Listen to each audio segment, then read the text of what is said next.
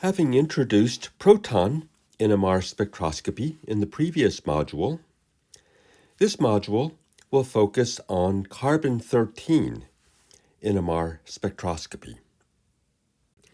In principle, carbon-13 NMR is more useful than proton NMR spectroscopy because the carbons form the skeleton of the structure, whereas the protons surround the outer skin of an organic compound. But there are some complications with C13 NMR spectroscopy.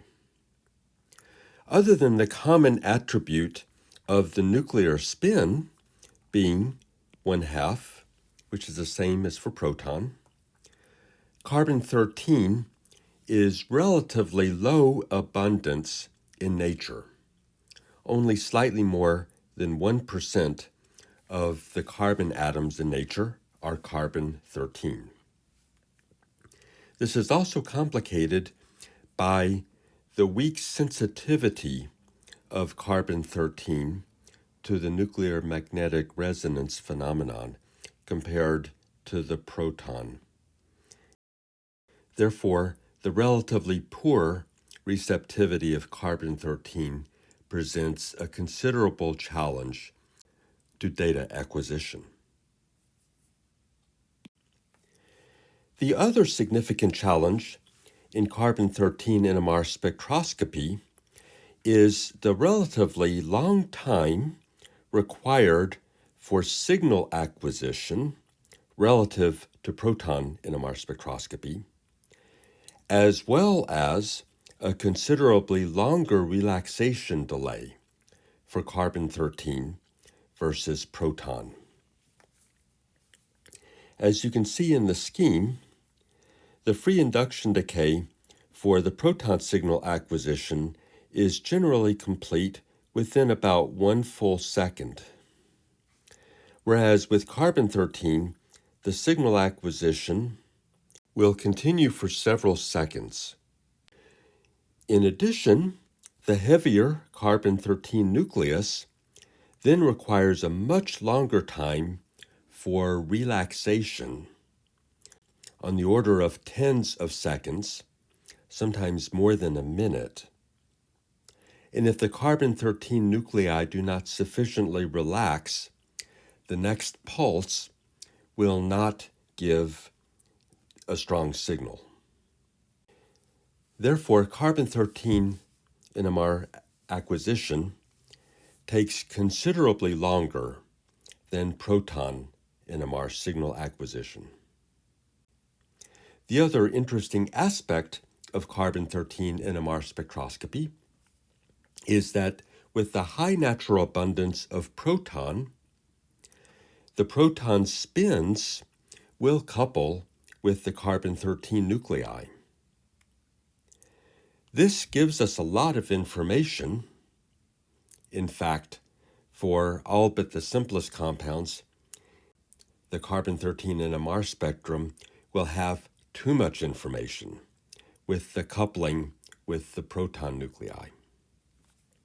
Therefore, modern carbon-13 NMR spectra are collected using proton decoupling.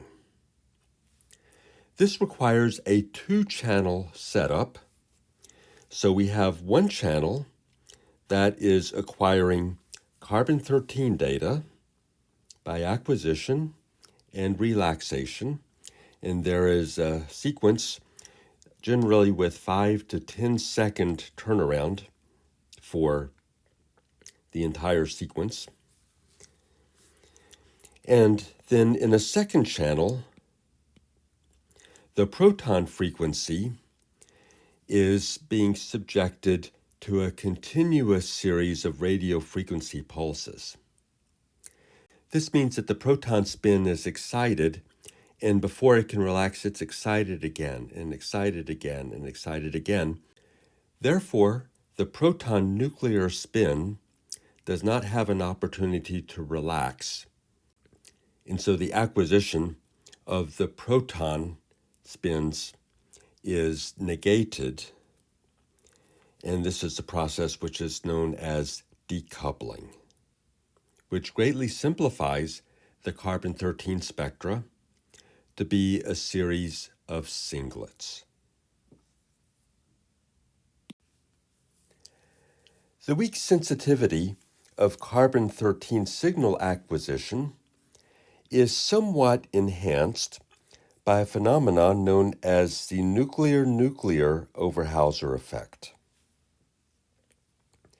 Specifically, the decoupling of the proton signal with carbon-13 will enhance the carbon-13 signal.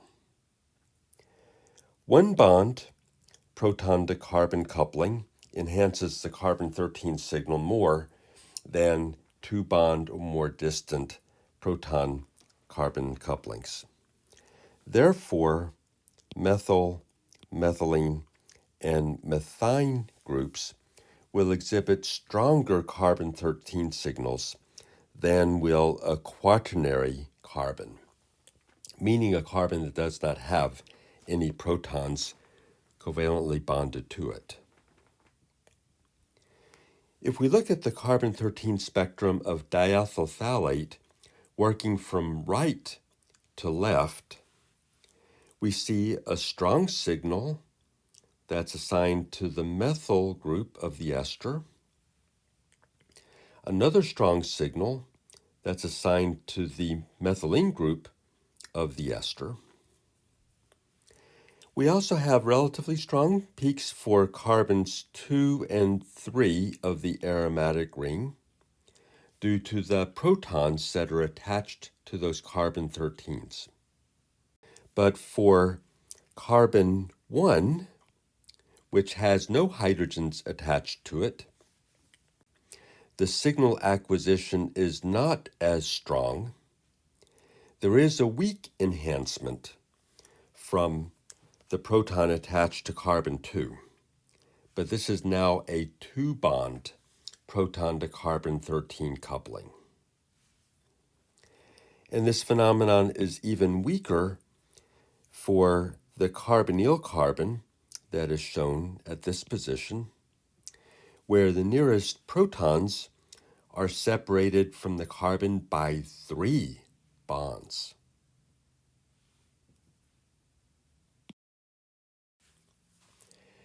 As we have seen in proton NMR spectroscopy, stronger magnetic field strength gives better resolution of the resonances, better separation of the frequencies for resonance. At 75 megahertz, which is on a spectrometer that is tuned to proton frequency of 300 megahertz, we see that at 23 parts per million, there is a singlet at this position, and even zooming in on this, you see that perhaps it's a little bit broad, but it still appears as a single resonance.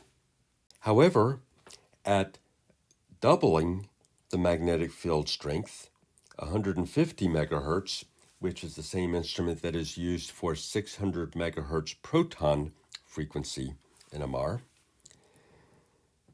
the resonances at 23 part per million are now slightly separated, and when zooming in on that resonance, what may not be obvious in the full spectrum becomes obvious upon an expansion, that there are now two singlets with similar but slightly different resonances.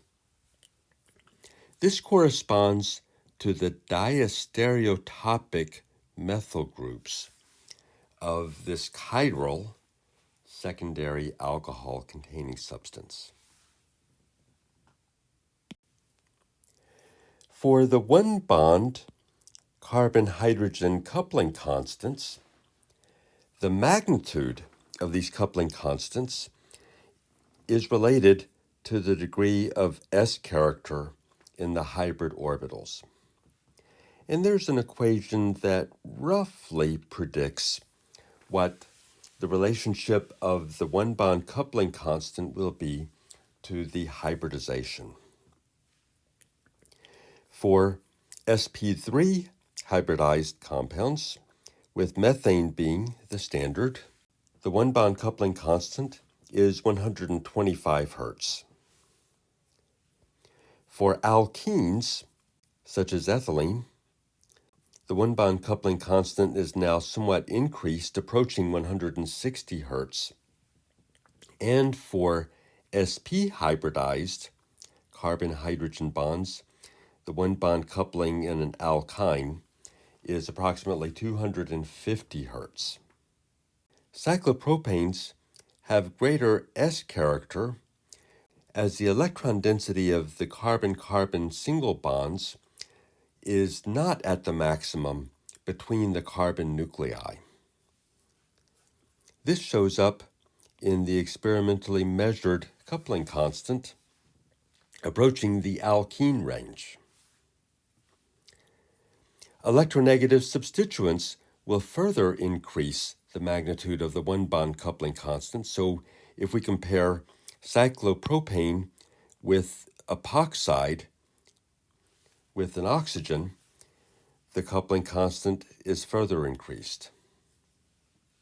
We see this also in comparing an alkene with an aldehyde or an alkyne with hydrogen cyanide.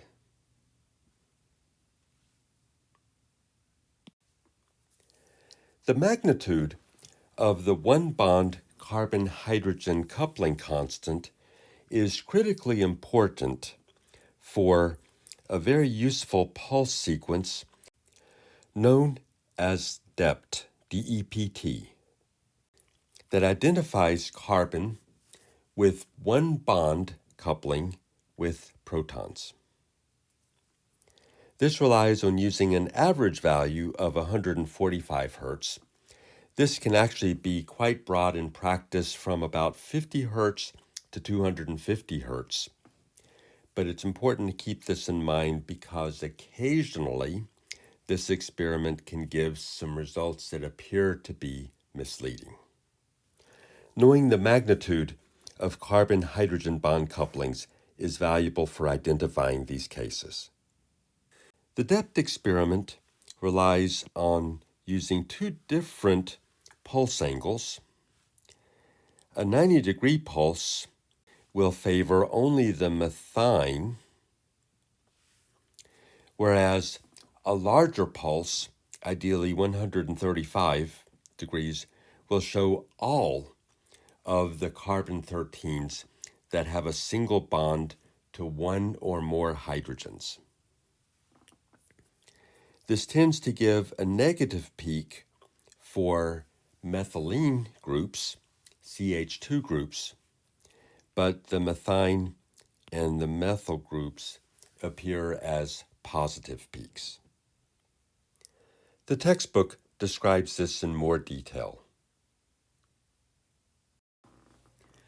Figure 4.12 shows carbon-13 spectra.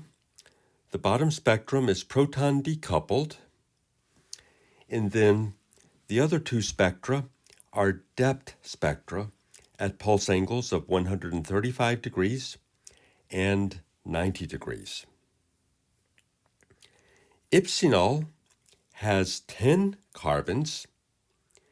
We typically will use uppercase Roman letters for the carbons.